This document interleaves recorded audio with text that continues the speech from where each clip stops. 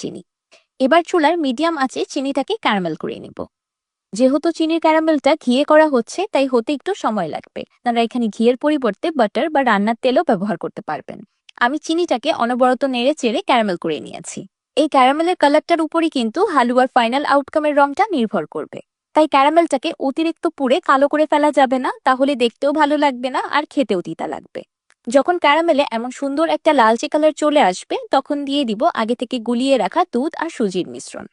মিশ্রণটাকে add করার আগে অবশ্যই ভালোভাবে নেড়েচেড়ে দিতে হবে। এখানে একটি বিষয় বিশেষভাবে লক্ষ্য রাখতে হবে, সুজি আর দুধের মিশ্রণটা অ্যাড করার সময় চুলার ফ্লেমটা একদমই লো করে দিতে হবে। যেহেতু ক্যারামেল খুব বেশি গরম থাকে তাই চুলার ফ্লেমটা বাড়ানো থাকলে গায়ে ছিটা আসতে পারে। এবার নেড়েচেড়ে একসাথে সবকিছু খুব ভালোভাবে মিশিয়ে নিব। প্রথম দিকে ক্যারামেলটা হালকা দলা পাকাতে পারে, কিন্তু যতই হালুয়াটা রান্না করা হবে ক্যারামেলগুলো খুব ভালোভাবে মেল্ট হয়ে যাবে। এই পর্যায়ে হালুয়াটাকে অনবরত নাড়তে থাকতে হবে, নাড়া থামানো যাবে না। এবার চুলায় মিডিয়াম টু লো হিটে সম্পূর্ণ হালুয়াটা রান্না হবে। রান্না করতে করতে দুধটা অনেকটাই শুকিয়ে গিয়েছে আর হালুয়াটাও শুকনো হয়ে এসেছে। এই পর্যায়ে দিয়ে দিলাম 1 চিমটির মতো লবণ। যে কোনো মিষ্টি জাতীয় খাবারে অল্প একটু লবণ অ্যাড করলে মিষ্টিটা আরো বেশি এনহ্যান্স হয়। আমি এই পর্যায়ে দিয়ে দিলাম আরো হাফ কাপ বা 100 গ্রাম চিনি। 1 কাপ সুজির জন্য 1.5 কাপ চিনির প্রয়োজন হবে হালুয়াটাকে প্রপারলি মিষ্টি করতে।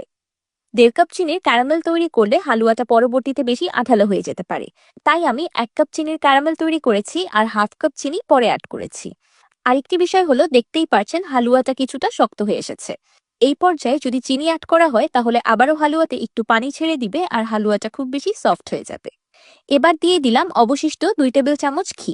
এবার দিয়ে দিলাম 1 টেবিল চামচ তরমুজের বিচি বা ওয়াটারমেলন সিডস। যদিও আমি পুরো হালুয়া রান্নাটা সম্পূর্ণ ঘিয়ের উপর করেছি, তারপরেও লাস্টের দিকে এমন ঘি অ্যাড করে দিলে স্বাদটা আরো 10 গুণ বেড়ে যায়।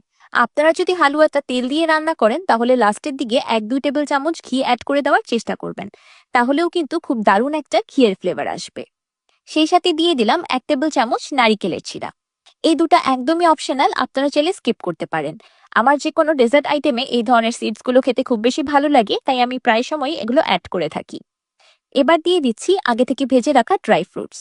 আমি এখানে সম্পূর্ণ ড্রাই ফ্রুটস দিইনি, আমি কিছু রেখে দিয়েছি পরবর্তীতে ডেকোরেশন করার জন্য। এবার সবকিছু একসাথে খুব ভালোভাবে মিশিয়ে নিব।